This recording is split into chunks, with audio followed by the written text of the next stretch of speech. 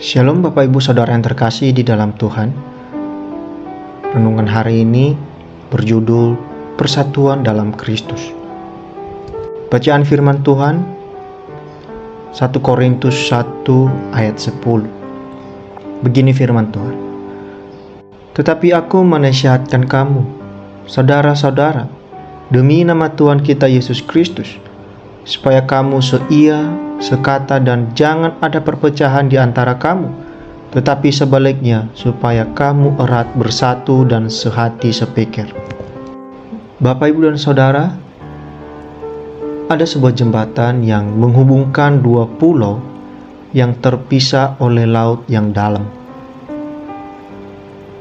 Jembatan ini merupakan satu-satunya jalan bagi penduduk pulau-pulau tersebut untuk saling berinteraksi dan berkomunikasi. Nah, jika jembatan itu rusak atau terputus, maka penduduk pulau-pulau tersebut akan terisolasi, kesulitan dan berbagai sumber daya, dan kehidupan mereka menjadi terbatas.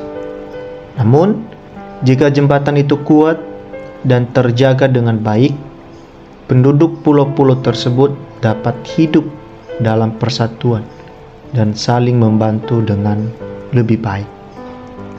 Bapak, Ibu, dan Saudara, dalam surat ini Paulus berusaha memperbaiki dan menyatukan jemaat Korintus yang menghadapi berbagai masalah dan perpecahan dalam iman mereka.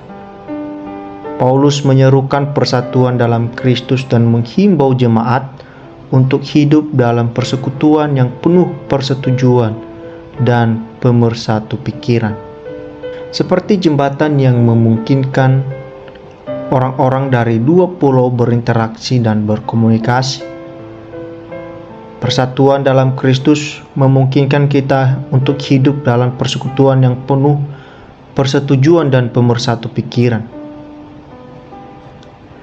Dalam kehidupan kita sehari-hari, kita seringkali menghadapi perbedaan pendapat, konflik, dan perpecahan.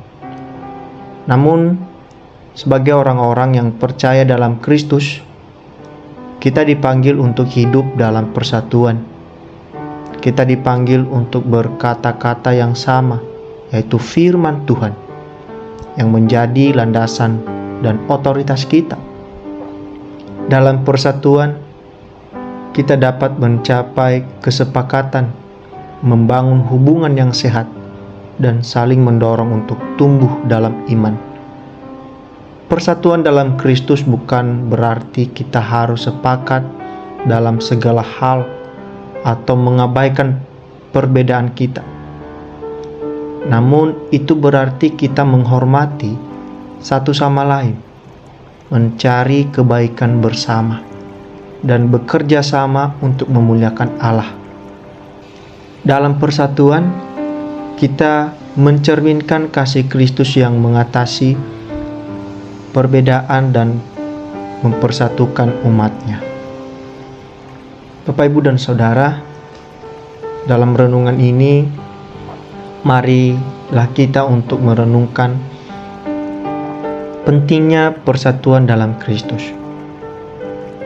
Mari kita menjaga dan memperkuat persatuan kita dalam beribadah di dalam gereja, menghargai perbedaan satu sama lain, dan hidup dalam persekutuan yang penuh persetujuan dan pemersatu pikiran. Dengan persatuan yang kuat, kita menjadi saksi yang kuat bagi dunia akan kasih dan kekuatan Kristus Yesus dalam kehidupan kita. Amin.